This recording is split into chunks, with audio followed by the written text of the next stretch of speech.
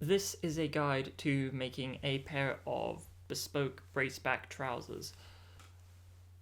Knowing how to make a pair of bespoke trousers in the first place would help an awful lot here, because I skip an awful lot of steps that are very similar. Though, since there are big differences in certain orders of construction, I do cover the changes thoroughly. Ironically, I've not made a definitive bespoke trouser making guide yet, nor will this be the final guide on making bespoke braceback trousers. I will come back to it in the future and to improve the structure and steps, as I've done with a lot of guides in the past. This is literally the second pair of braceback trousers I've made to completion. This guide is split into 3 basic steps. First, the preparation, then how you'd make a baste or make them up for a fitting, and then lastly, how you'd make the finished garment. You can skip making the fitting and go straight to the finishing, because essentially both steps start from the same point at the preparation phase. A worthwhile detail of braceback trousers is that there are 2 basic versions. One that is much more like a normal trouser but with a different shape and with a normal waistband. The other is a grown-on, so it's got a waistband up to the side seam, and then the back side is one piece of fabric. The waistband that's used is obviously shorter, and the back is canvassed, typically with duck linen, similar to what you find in jacket collars. You can use anything really, like Holland linen or normal jacket canvas, depending on the effect you're going for. I'm going through how to make the grown-on version, as it is the arguably better option. It's more costly to make, and the finish generally comes out cleaner. It can also be let out to the fullest potential of the inlay that is in the trouser, unlike some typical trousers that are limited by the amount of inlay that is in the waistband. Worth noting is that I've commonly seen braceback trousers like this with the waistband lining made out of a lining material rather than the more common cotton silicea. Since braceback trousers are self-supporting, they've got the braces to support them, the lining doesn't have to create any friction around the waist in order for them to stay up. Now, I don't think it's a rule that braceback trousers need to have or should have a silk lining or whatever material you use, but I think it's an interesting one to note. In this case, as you can see, I am using an Ermazine lining, and that just gives me an opportunity to talk about the minor differences when using a lining material instead of cotton silicea when lining trousers. Some finer details are outlined in an illustrated guide that I don't have a printout for, but I may overlay the pages on screen if I cannot link them in the description.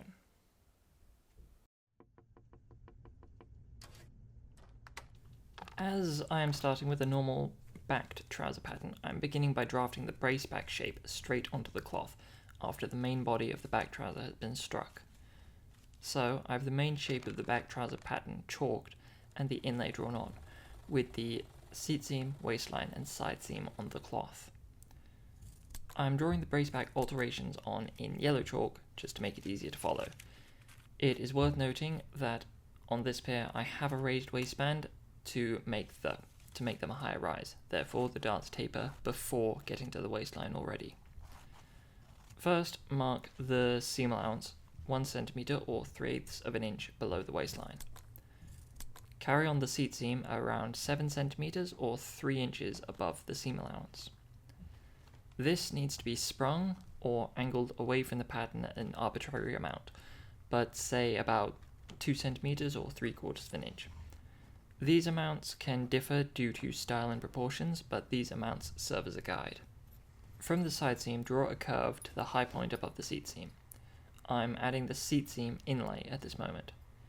If I wanted the trouser to be a whole waistband, the trouser would only need inlay above this new waistline, and the seam allowance wouldn't have had to be taken off. For a grown-on brace back, the width of the waistband needs to be added now, which is whatever the finished width of the waistband is. Here, that is 4 centimeters or 1.5 inches.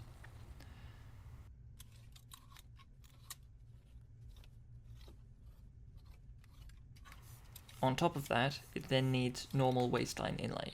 Here the inlay is imperative because the previous is the finished edge of the trouser.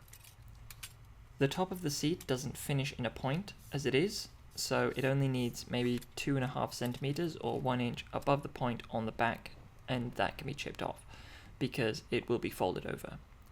The side seam needs to continue perpendicular from the waistline to the top of all of the inlay. Then the side seam given appropriate inlay as well. The darts should taper up to the curve on the waist from the seam allowance on the waistline. It is more common to cut brace backs with a grown-on waistband. The side seam and darts need to extend straight up to the top edge. The darts should taper into the inlay since it'll be folded over the curved line. The trouser would then be cut around the outer lines that have been struck. The underside is largely mark stitched normally, and it's a subjective matter in some ways. I will share how and why I like to mark stitch each line directly relating to the brace backs. First line being the one below the original waistline when the seam allowance was removed. I take this one so that I can see where the top of the trouser front waistline needs to line up to be properly balanced. It also serves as a guide to place the canvas and the trouser curtain and waistband lining. Lastly, it tells me where the seat seam changes direction, or springs if you prefer. In a similar sense, the seat seam needs to be mark stitched, placing a stitch on the point that it springs to make it a little bit easier, then continuing the rest of the seat as normal. Ignoring the blue chalks here, I also mark stitched the first curve I drew for the new waistline. I use this to help with marking the darts equally. I also use it for the stitch that holds the canvas to the trouser. Then I mark stitch the second curve I drew, which is the top edge of the trouser. It tells me where the top of the waistband on the front trouser should be, and helps create 2 equally shaped trouser backs. For the darts, they've been marked on the prominence and on the bottom, so knowing the widths and where each of the curves are I've drawn, I can chalk the darts onto the other back trouser. Again, the mark stitching is subjective. I find that this works for me.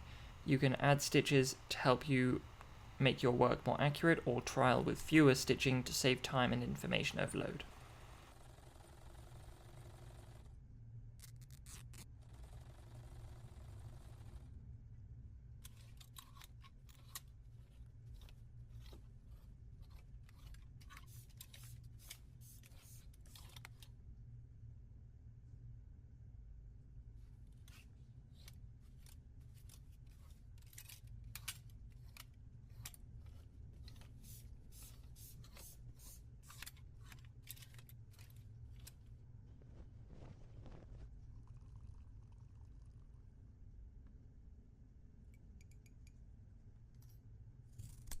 With a grown-on brace back, only the topside trouser needs waistband bandroll canvas.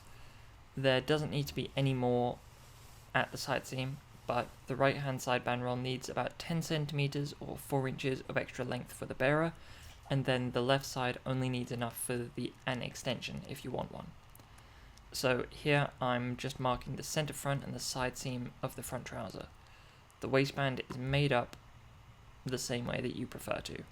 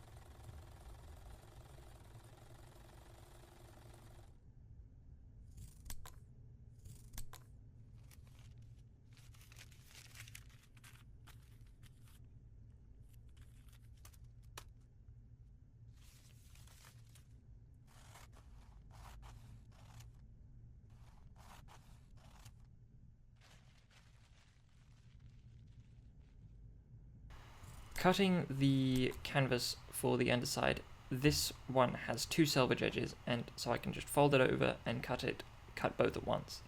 If there isn't a selvage edge to use, then the bottom edge can be overlocked or pinking sheared. I position the edge a little under the original waistline by about 2.5 to 5 centimeters or 1 or 2 inches. When cutting it out, it needs enough extra width so that a pleat can be folded into it, which helps it fold over in the fitting and allows it to open over the seat, preventing it from getting tight. It doesn't necessarily matter which way the pleat is folded, but if you don't have a selvage edge, then make sure the edge is overlocked before the pleat is folded.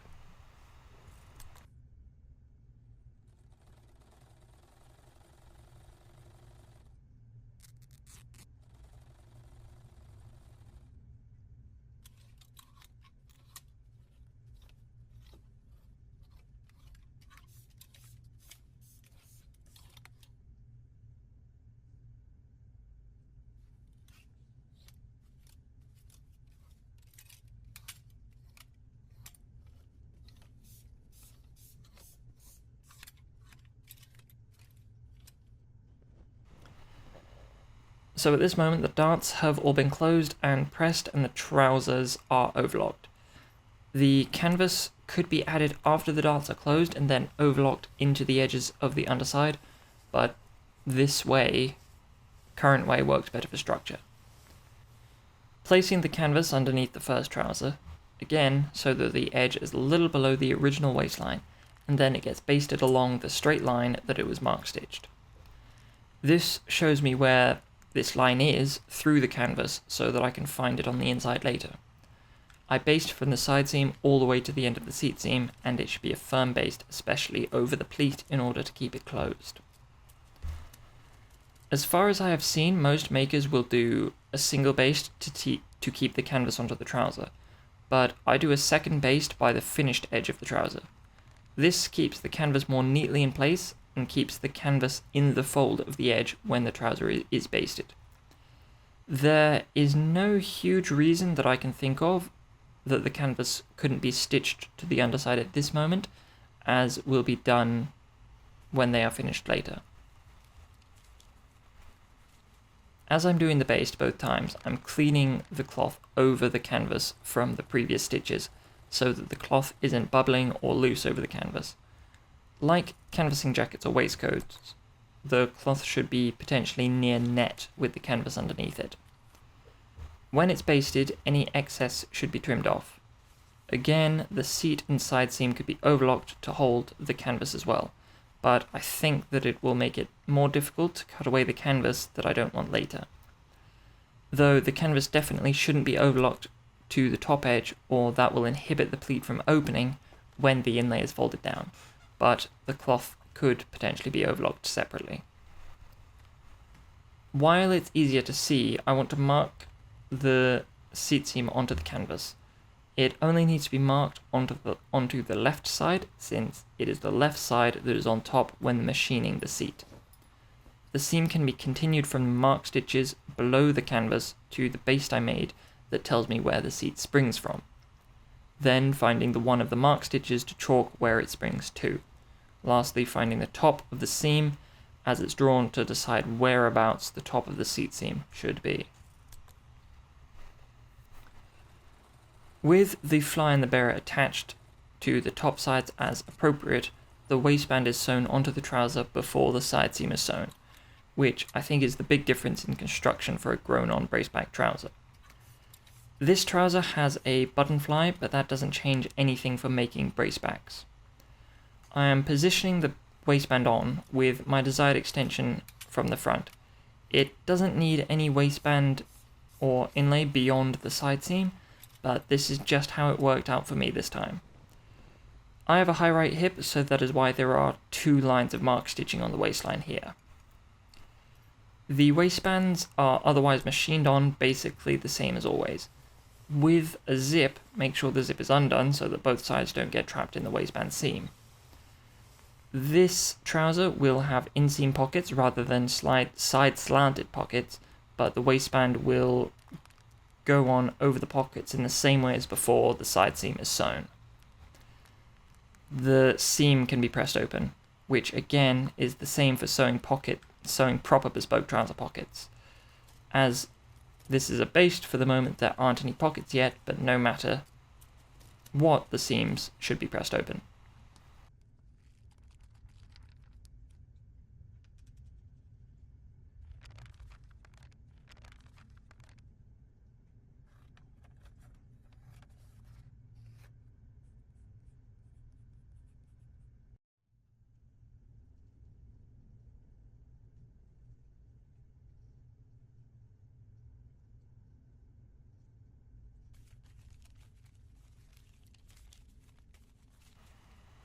Also, the thought occurs that the waistband could be cut off a little past the side seam.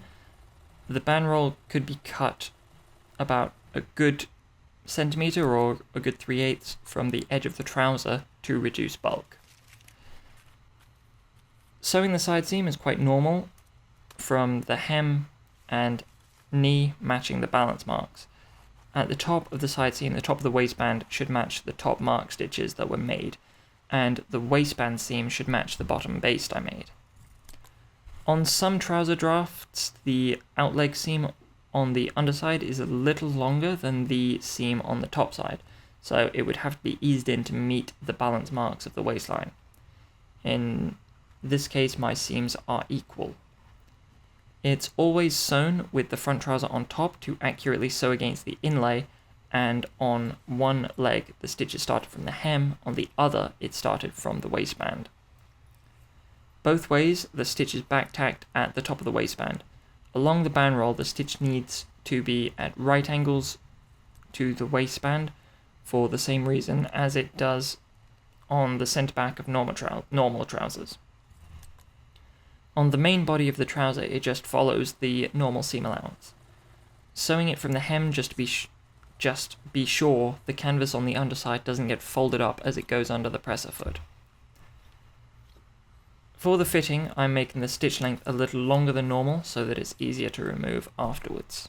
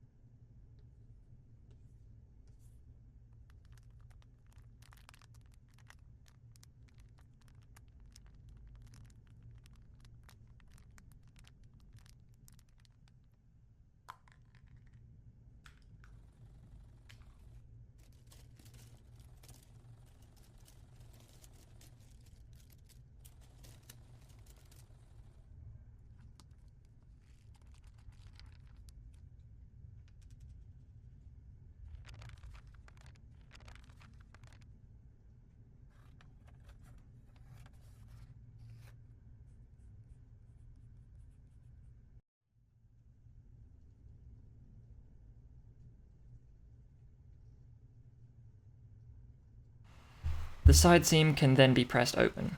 Before sewing the inseam, shape and press the shape of the backs, which is easiest when it's flat like this.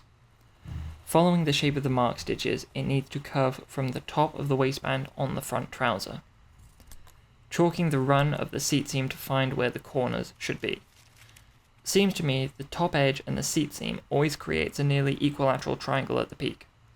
I measure along both edges 2.5 centimeters or 1 inch, and when those 2 points are joined, then it usually creates a 1-inch line. Fold the top edge of the waistline over the first and press it over, all the way to the side seam, and try to follow the curve that was drawn on in the first place. Though, if this is far too scooped or curved, if you will, then it will be much more difficult. In the same way, if the pleat in the canvas won't open, it'll be more difficult, as well as that if the darts aren't tapered above the curved line. Then the peak needs to be folded over along the bottom edge of that triangle I just found a moment ago.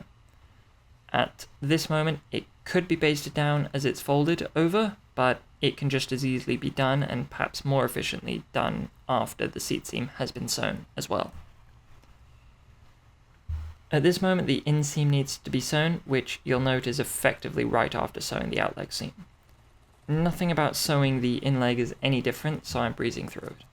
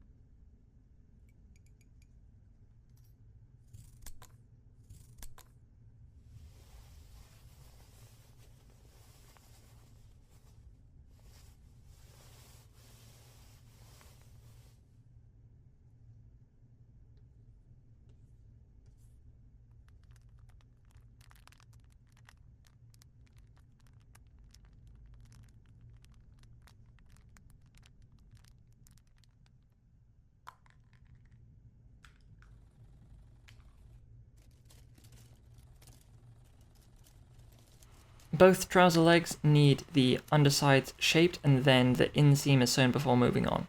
With the inleg seam pressed open, I want to verify that both sides of the flies are level and equal between the waistband and the fork notch.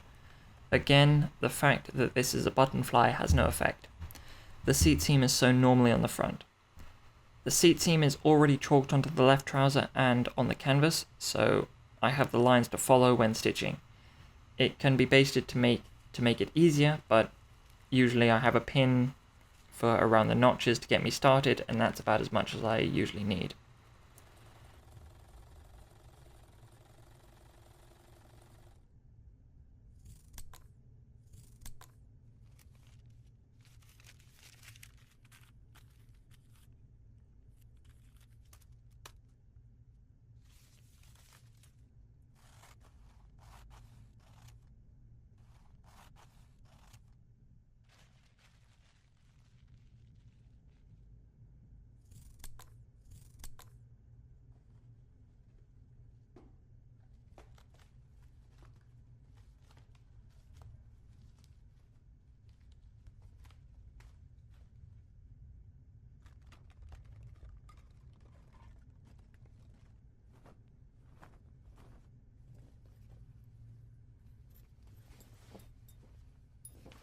On the canvas, changing direction of the stitch when I spring the seat. I ignore the mark I had made earlier to signify where the top of the stitch was supposed to be, because I thought here that it was too low. I think it should be about 5 centimeters or 2 inches from the top edge there. For the fitting, this point only needs to be back tacked. The seat seam will need to be taken out after the baste, so double stitching it would be a waste of time now and later. The seam needs to be pressed open. Where it changes direction at the top, it just needs to be pressed straight after the stitch ends, basically along the rest of the seat seam as it was drafted and mark stitched. With the seat seam fully pressed open, the waistband and the inlay of the brace back needs to be basted down. Since I've already pressed it along the edge of the trouser, and now the seat seam is pressed open as well, it's very easy to just baste down the inlay to hold it in place. Basting down the seat seam inlay to just about level with the top of the seat stitching, and crossing to the other trouser and basting that down without breaking a thread.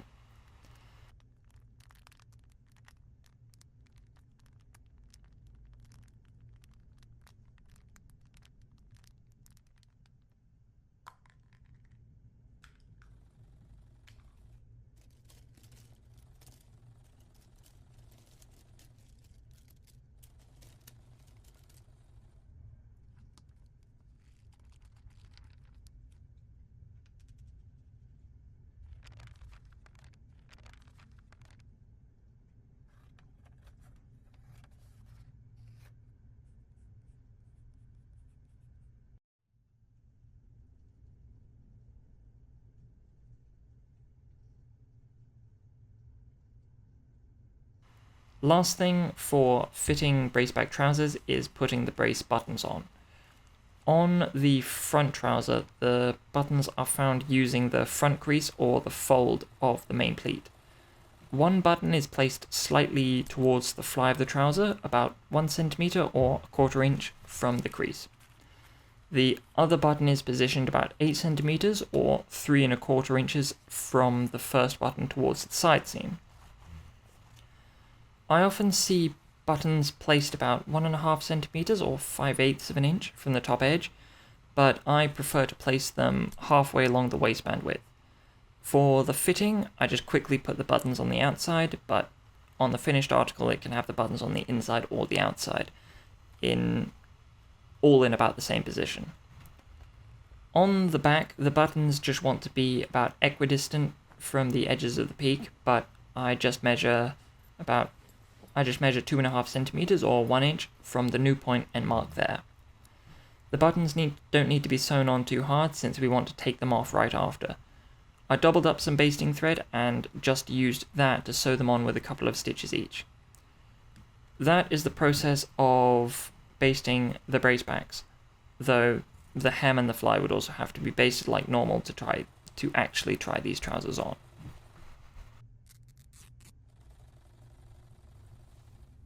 I don't have the trouser completely taken apart because I wanted to try and see whether I could do the finish without completely tearing down the baste.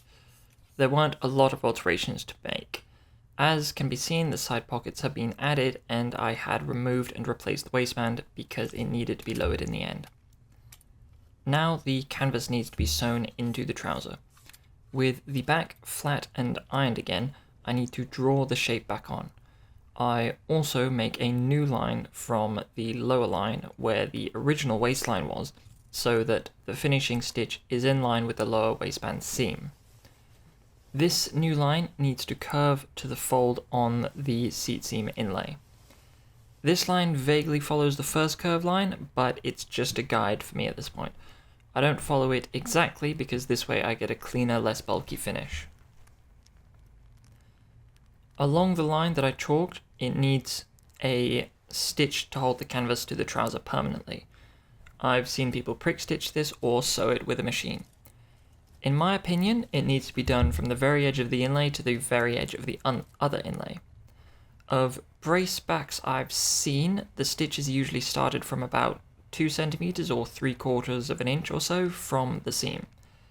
I don't really get that because in some ways it compromises the finish of alterations that might need to be made down the line. Cutting the canvas down a small amount inside of the inlays on either side. Canvas side up, mark out the top edge of the brace backs. The canvas here is still vaguely creased from being shaped for the baste, so that can just be followed. Past the side seam, the canvas should go straight to the edge of the side seam inlay. Cut away the canvas so that the cloth can be folded over it to create the top edge of the cloth without folding the canvas. The top of the canvas should be taped to the cloth as well to help it stay inside the edge of the cloth. Here I'm using a fusible tape because it's faster and easier. You could easily and perhaps better to use a linen tape, but normal edge tape is an option. At this moment, the mark stitches showing the top edge can come out.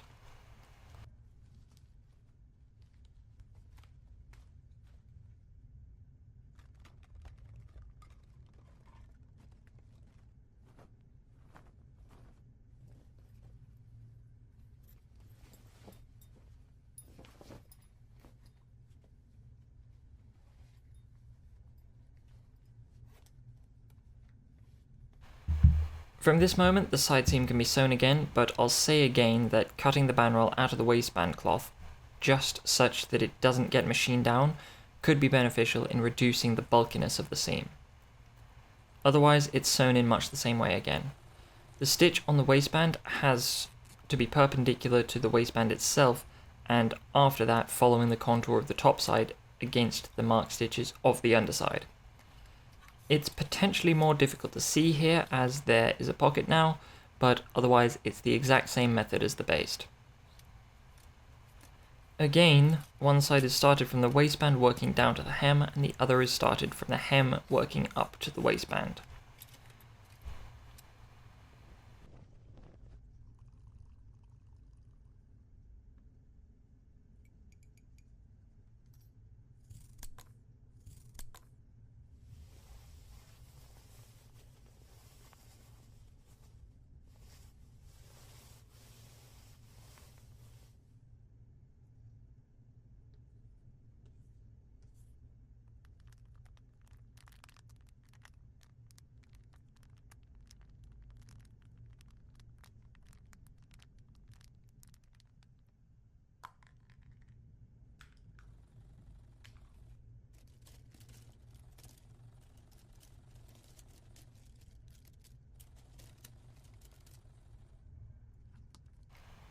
Since there is some excess waistband from the front trouser here, I can just cut that off. I only need enough left over so that it can be cleanly tacked down so that it's hidden underneath the waistband lining, like the center back of normal bespoke trousers. Thoroughly pressing the seam open all the way to the top on both sides. Drawing on the shape of the tails for the last time to cut off an excess of inlay so that there is at least a seam left over that can be folded over and fastened down to the canvas. There is no need to keep any amount of excess, as it will not be of any advantage if and when the trouser needs to have alterations to take in or be let out in the future.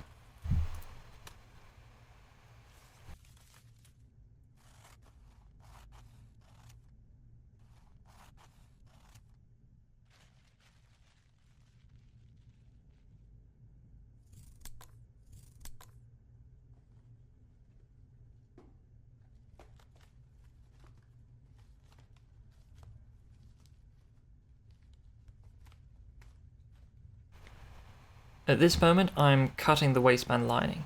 It can be a lining material such as silk, or it could be the normal choice of cotton silicea, though it may have been more economical to wait until I had the finished shape of the backs before cutting it.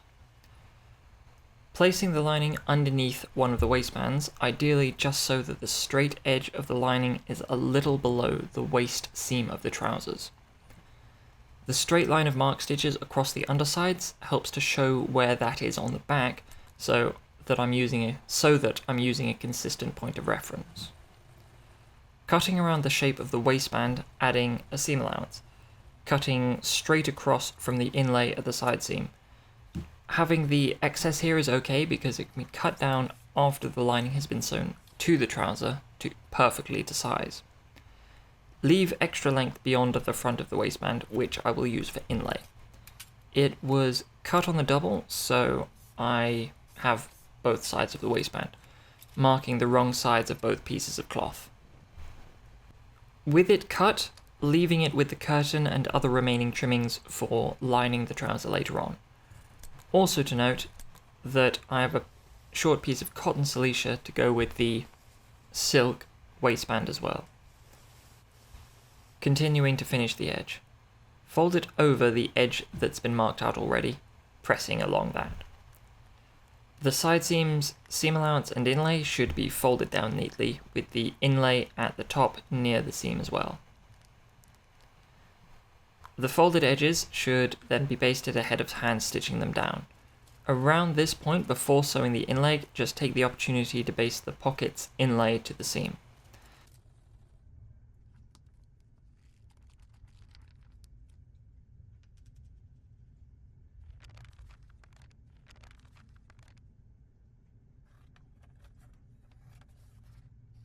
The inlay can be stitched down to the canvas in any way.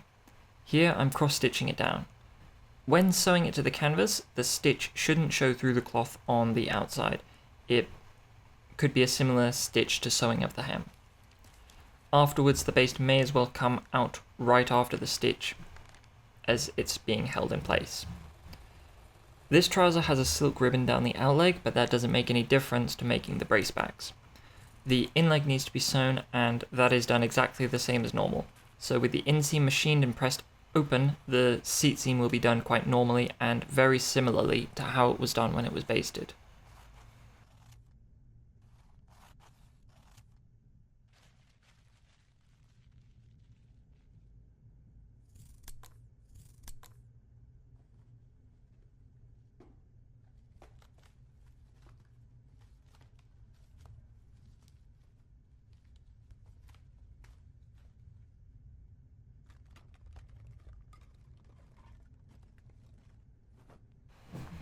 Chalking the seat seam onto the left leg, like should be normal. Just the seam allowance on the top side and then following the mark stitches on the underside, joining the two across the inseam inlay. As I have a lighted colour canvas, I'm using yellow chalk just to be quite clear about the stitch line. The top of the stitch and where it springs, which is all just about the same as the base, following the mark stitches or any alterations that were made after the fitting. Where the top of the stitch is can be subjective, potentially, and here I use 5 centimeters or 2 inches from the top edge, though I've also seen made it to the point of the curved stitch that is holding the canvas to the trouser. Worth to note, in the fitting I had decided to curve the seam a little bit to create some space around the seat.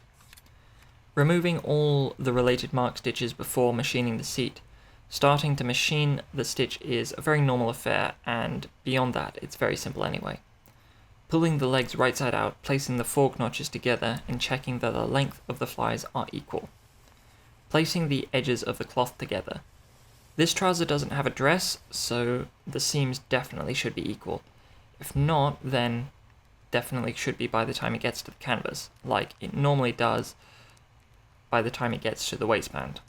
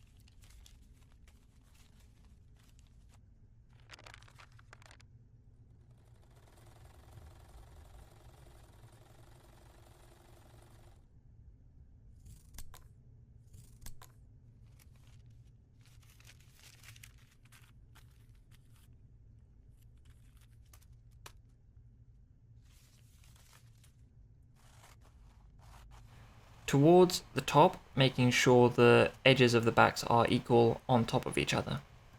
The seam should have been basted or pinned, could have been basted or pinned before sewing. I'm using pins here to keep the top edges even and to keep the canvas flat. Like I said in the baste, I don't want the canvas folded over itself and get stuck in the stitch. At the top, where I marked, turning the trouser around to sew the stitch back down to the start of the seat seam.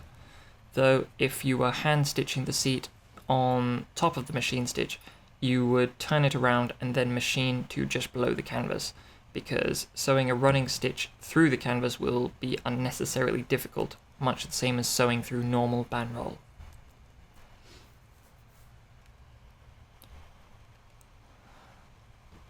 I'm not sure why I left the part in which I snip into the right hand side seam allowance down to the seat seam stitch, but that's what I'm doing here, as well as a double check that the waistbands line up above the fly.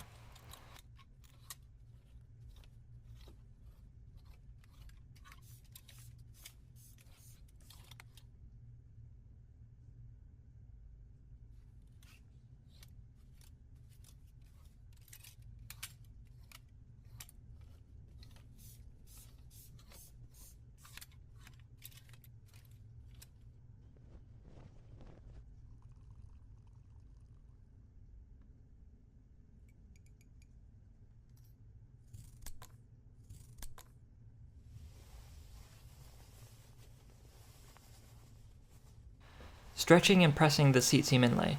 Pressing open the seat seam, making sure that the portion of the tails above the stitching are linear with the spring after the back tack at the top of the seam. Pressing the seat of the seam open across the stitching is like a very typical pair of trousers. A lot of the time I've seen the top edges of the back that was folded over, stitched down, and to the inlay to the canvas. The top edge is completely covered with lining, and then it is potentially held down by the button as well, so in some ways I find that it's a stitch that can be left out, though it does objectively create a finer finish that lasts much longer, as if the seam is stitched down as the top press wears out and the cloth is held firmly in place, rather than being able to potentially move and shift inside of the lining.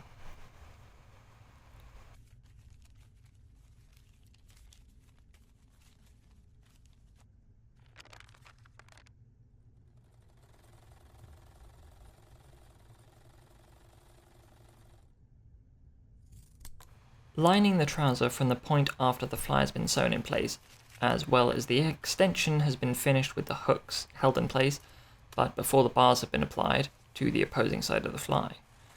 The curtains between the flies and the side seam also pinned in place, as is no different to normal. I'm beginning with placing the curtain across the back. Overall, it's very similar, starting on one side, placing the curtain underneath the pocket inlay, with the edge in line with the waistband seam allowance, pinning the pocket down on top of it. I still have the baste along the original waistline that is also now in line with the waistband seam and the side seam. Marking the seam allowance above that allows me to accurately place the curtains and the waistband lining onto the trouser without bending the seam at all. Tracing that across onto the canvas, the seat seam inlay and the side seam inlay so that it's easy to follow, which is done on top of the pockets later when putting the waistband lining on. Pleating the curtain over the darts and on the seat inlay so that it doesn't become tight and so that it can be let out without having to replace said curtain. After the curtain is on, sewing the pocket silicea to the top of the side seam before the waistband lining goes on top of it. I find it best to start from the center back so that it's easiest to accurately place the inlay and excess. Wrong side up, placing the straight edge up to the top of the curtain. The lining will be first sewn along the seam and then folded upwards over the canvas and the raw edges. The raw edge of the lining should be about level with the seat seam inlay on the opposite leg that you're starting with, so that there's the correct amount of inlay left inside of the trouser in the event the seat seam needs to be let out. Begin basting from a little bit inside of the seat seam, so that the inlay on the lining can be folded out of the way to place the other lining side on the same way. I'm stitching at least a seam away from the raw edge of the lining. This way the baste doesn't interfere with the finishing stitch that will hold the curtain and the waistband lining to the canvas. Begin basting from a little inside of the seat seam so that the inlay on the lining can be folded out of the way to place the other side's lining in the same way. I'm stitching at least a seam away from the raw edge of the lining. This way the baste doesn't interfere with the finishing stitch that will hold the curtain and the waistband lining to the canvas. I'm using a slip stitch only because it's the most comfortable way to stitch the lining based on how the trouser is oriented to my body here. As I'm basting, cleaning the lining over the trouser so that there isn't much or any ease or excess in the lining. I want the lining to be practically net with the trouser cloth. Some might argue that it should have some ease pushing into the lining, but I don't feel that this is necessary. Though avoid making the lining short, despite being on the inside circumference, it is possible that it may still be tight when the trouser is finished. Something that I've never seen in a braceback trouser is excess in the waistband lining that would allow for the side seam to be let out without replacing the lining. This is something that I think only I do, but around the pocket I tack the baste and make a fold in the lining, preferably so that it is in line with the pocket silicea, only really for aesthetic purposes. At this moment, chalking on exactly where the seam allowance is underneath of the pocket, basting the pleat into the lining and continuing towards the hooks. As I alluded to earlier, because I'm using silk to line the waistband, there is a small additional step to avoid the waistband from wearing out too quickly due to the friction that occurs around the hooks against the waistband. Tack the lining an arbitrary amount from the first hook, a few centimeters or so, or an inch or so. The lining gets folded back and a piece of cotton silicea of the normal width of waistband lining goes up to the seam allowance. We don't need a significant amount of extra length here, so I cut the silicea and lining evenly a few centimeters or so, or an inch or so, from the fold in the lining. So there just needs to be enough length in the cotton so that it can be sewn into the hook like a normal waistband lining is. Continue the baste all the way to the fly. From the seat seam again, basting the lining in the same way. Once again, adding the pleat is not a common thing to do. It's something that makes sense to me after I had to think through how I would let out a finished brace back trouser at the side seam, which I came to the conclusion that is not possible without replacing the waistband lining. Therefore, I decided that adding a pleat would make things much easier, without compromising the finish. The pleat doesn't need to be any bigger than the amount of inlay left in the side seam, which is often 2.5 to 4 centimeters, or an inch to an inch and a half. There doesn't need to be any silicea placed on the bearer's side of the waistline when using silk to line the waistband. Just tack the baste in place a little before the bearer's silicea, as to not to trap it at all, and just cut away the excess that's not needed. Here, basting down the inlay of the seat seam in place so that it doesn't move for the moment.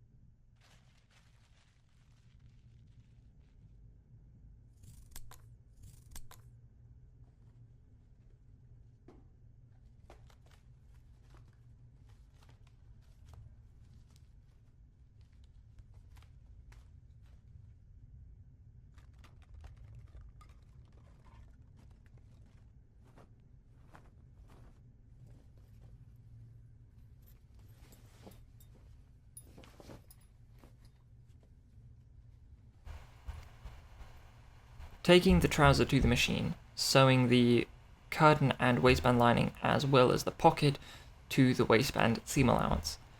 This just means that I don't have to hand stitch the entire circumference of the linings to the seam allowance and the canvas, and I find that it's much stronger and more enduring.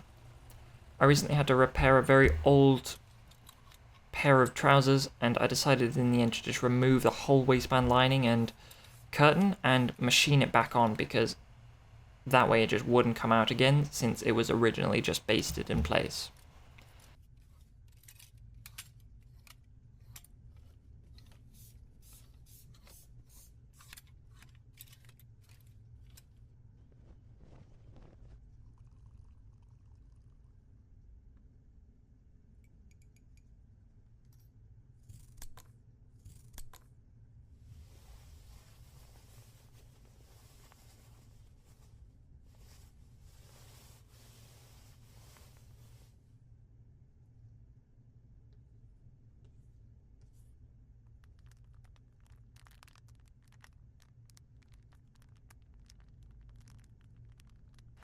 Here, cutting off the lining I don't need beyond the bearer and cutting the basting away from the top side.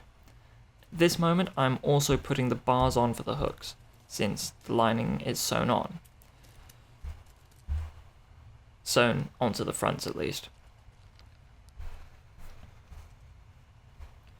The lining across the back now has to be stitched in place.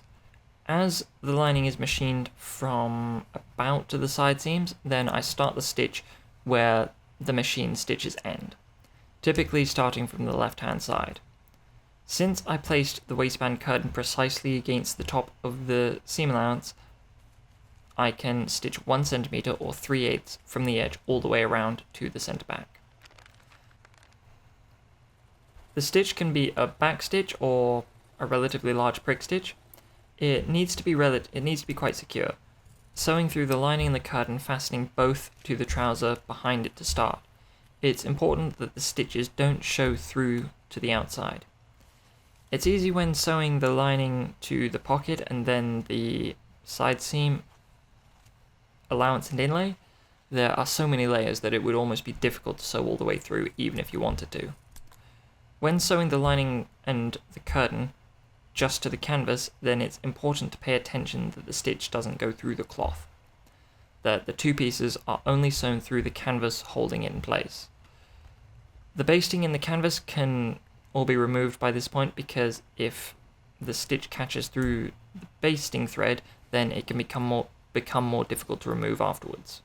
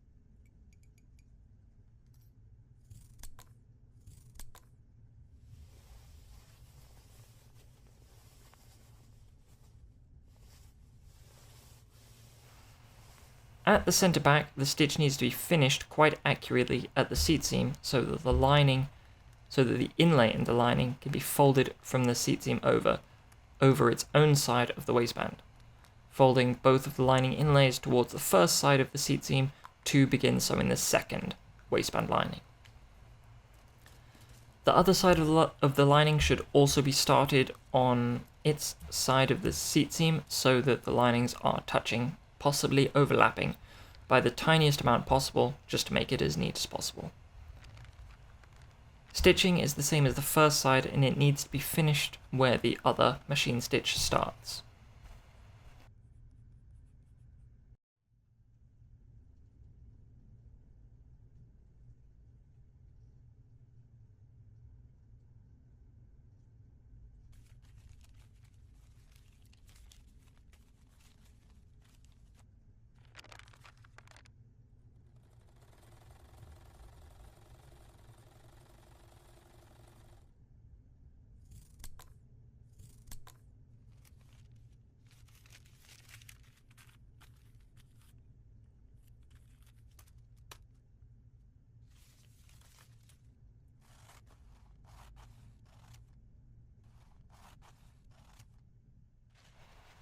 Removing all of the basting thread at this moment. With the waistband lining secured fully to the trouser, that is practically the end of the make for the brace backs, and what follows is the finishing. The pocket sleisure should be cut down at this point so that it sits below the top of the waistband. Since I had cut the lining with so much excess, I want to cut it down so that there's only about a seam allowance to fold over and stitch it down to the top edge of the trouser. I am using pinking shears for this because the silk is more prone to fray even after it's been finished, so this inhibits the mess that the alterations tailor would have to deal with. Due to the shape of the brace backs, it's less easy to just fold over the lining as I go when fell stitching it down. Therefore, I feel it's best to iron the lining into position before beginning to sew it. Folding it up along the stitching, holding it to the trouser, starting at the center back or along the edge, folding the lining into position a small amount inside of the cloth so that the lining won't show at all on the outside when the trousers are being worn. At the center back, the lining will need to overlap up to where the seat seam is stitched. This is just to cover the seam allowance of the curtain before it splits and the lining needs to separately cover the two tails. It's easier if you don't have the pleat I put in at the side seam, but it can be helpful to fold the pleats over and press that down as well.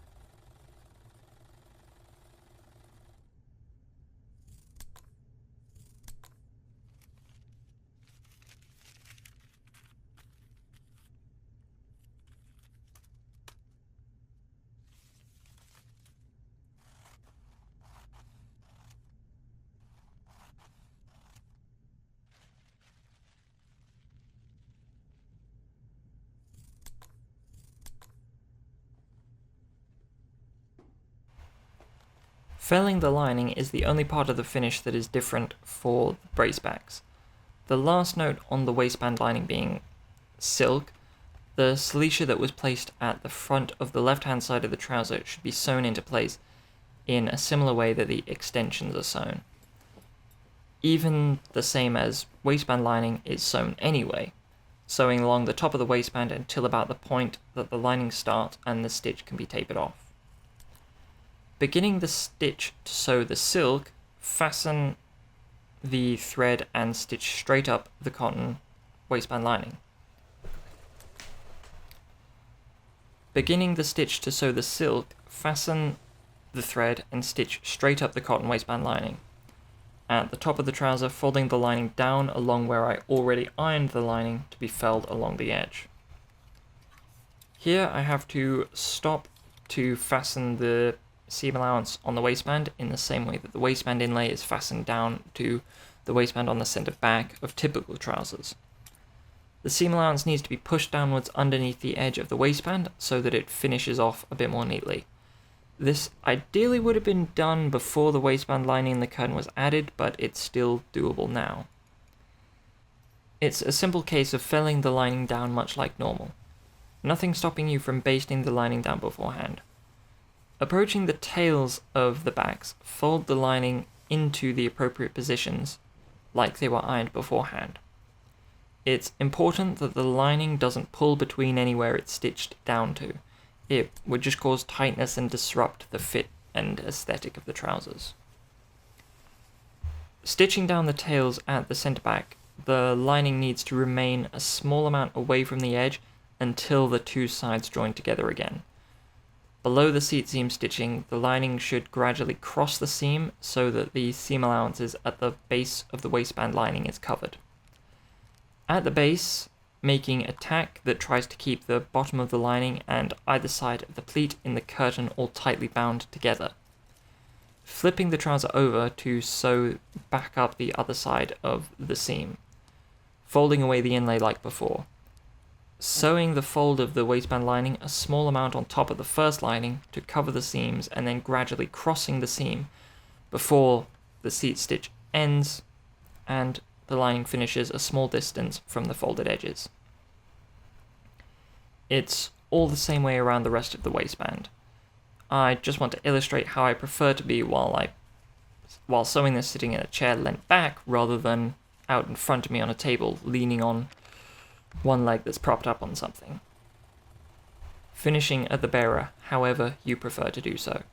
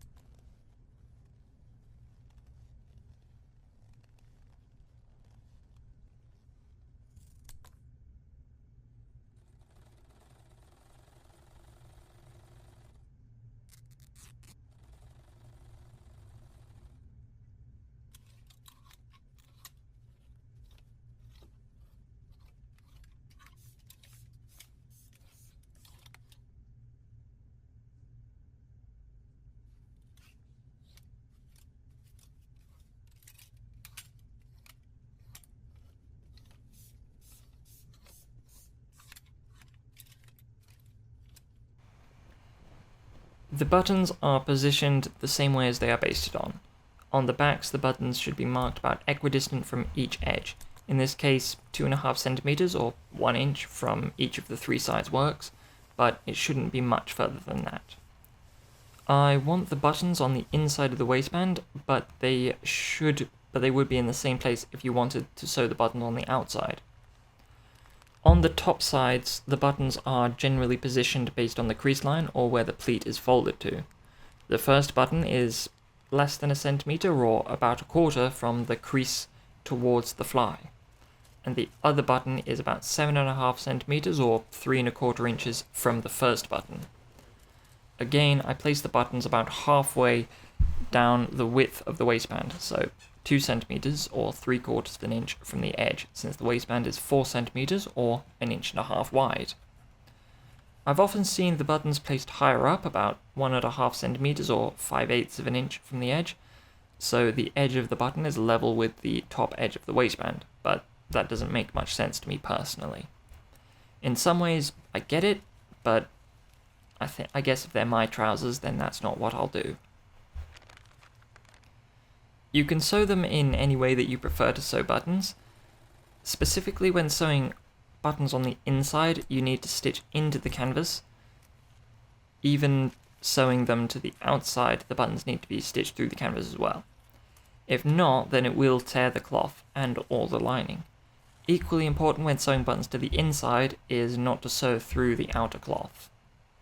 Well, it's not equally important, it's less important, but still important, because it leaves an obvious stitch as the thread is on top, and it can be seen, and it can be somewhat unsightly having the marks along the waistband.